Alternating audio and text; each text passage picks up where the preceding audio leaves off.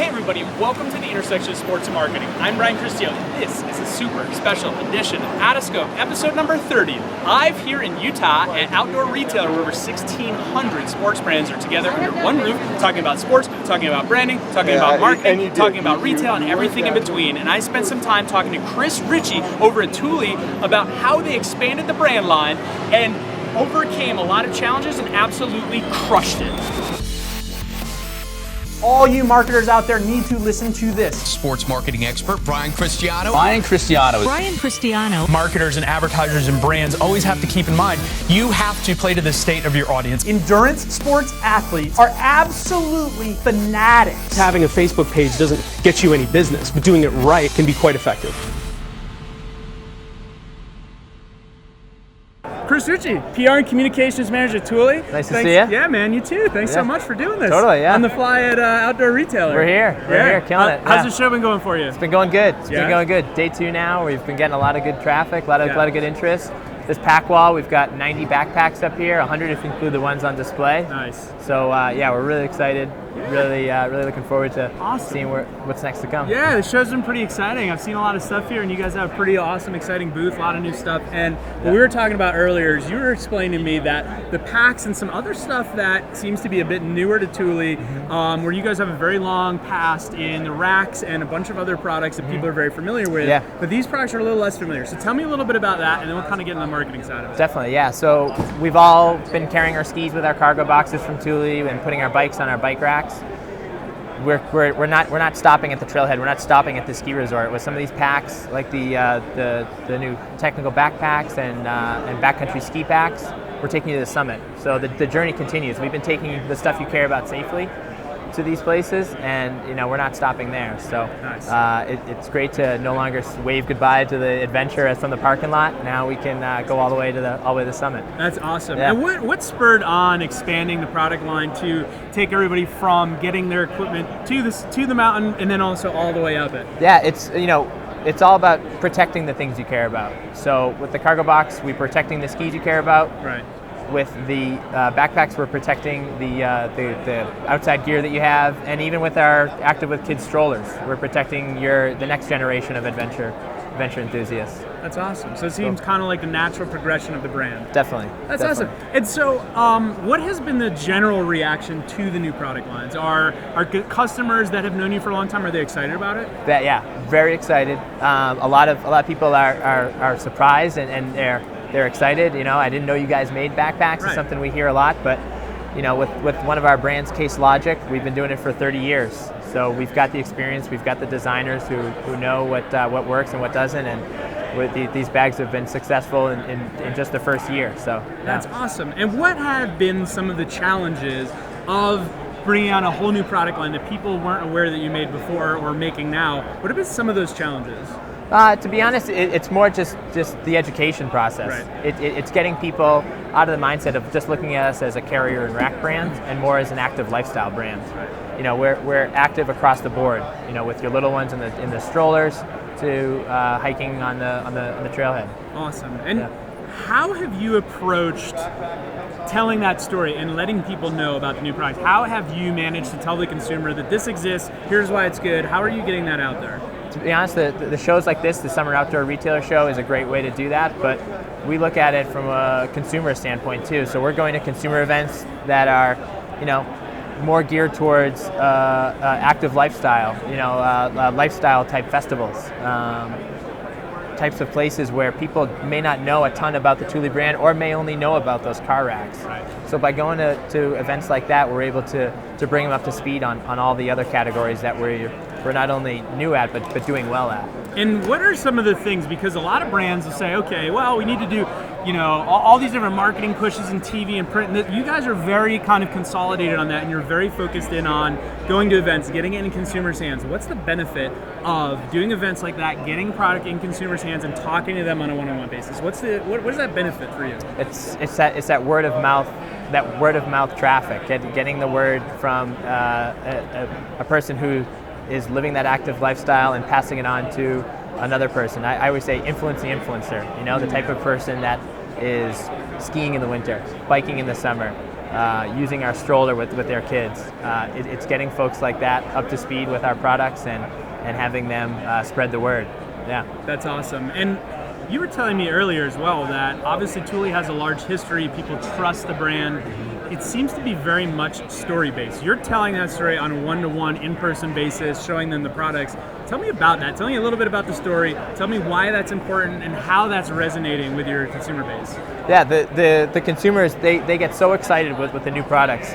We're in a position where we don't necessarily make the exciting part.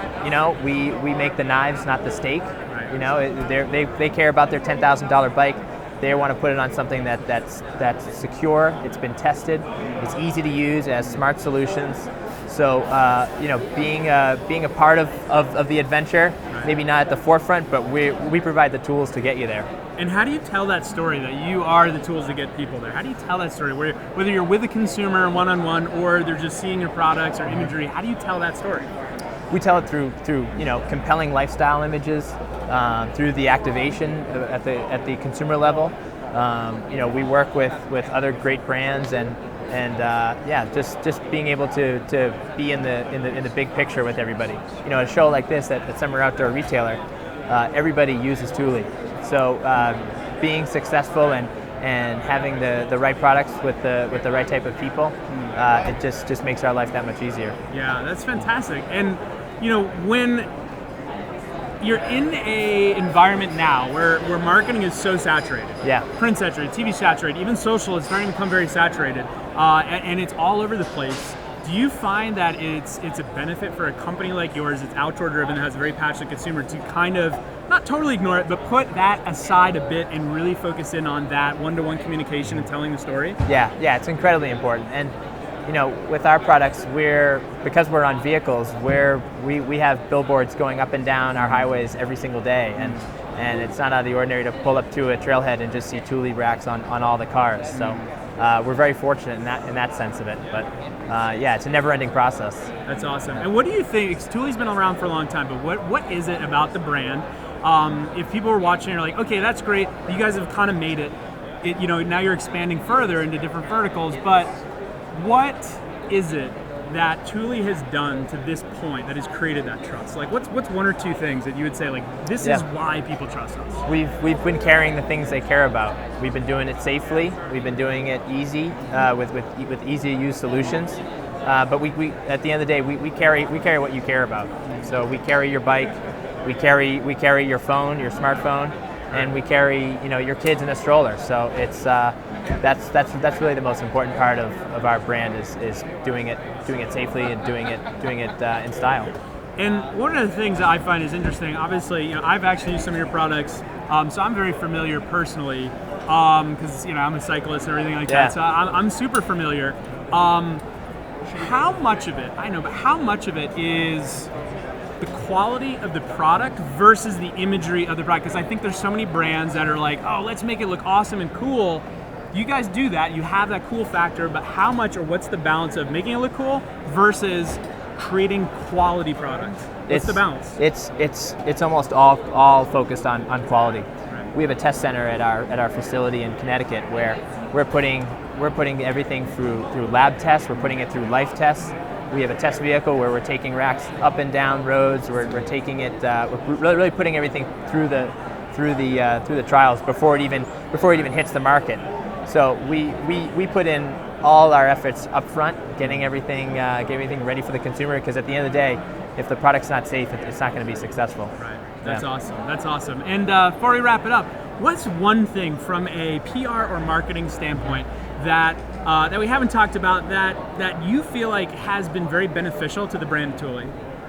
I think one of the best benefits is just being able to promote our brand with the core users.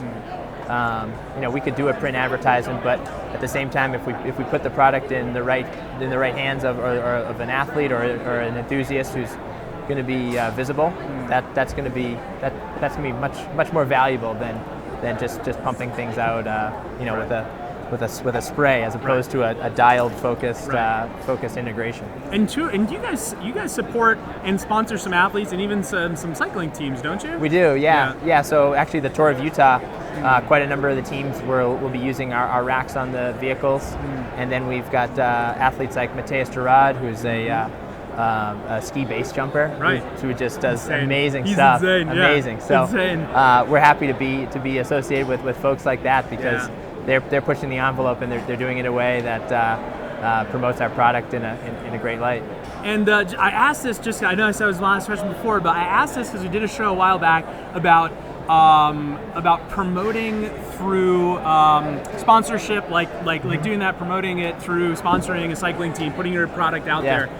How have you seen sponsoring athletes, sponsoring teams? How have you seen that impact the brand, and how important is that to have it out there? Oh, it's the reward is exponential because a cycling team that's going to be using our product, they're not only just using our racks, but they're rolling in and out of hotels with our rolling suitcases. So it's an aspirational type of situation where I'm a cyclist just like yourself, and I see those guys using our products, and I say, if those guys are using it, they're traveling all around the world. They're putting their high-end bikes on racks. If they're trusting it, then I'm going to trust it. So it's a win. It's a win-win, and it's an easy connection between the consumer and the athlete. Right, the association between the athlete and the quality of the product. For sure. Awesome. Well, Chris, cool. Thank you so much, man. It's been I really pleasure, appreciate Brian. your time. Happy to. Yeah. Good luck with the rest of the show, and Cool. maybe you'll check out Tour Utah. I'm gonna try to sneak I'm out hoping tomorrow. to. Yeah. Awesome. I gotta get a break. Yeah, you and me both. Cool. All right, man. Thanks so much. Thanks.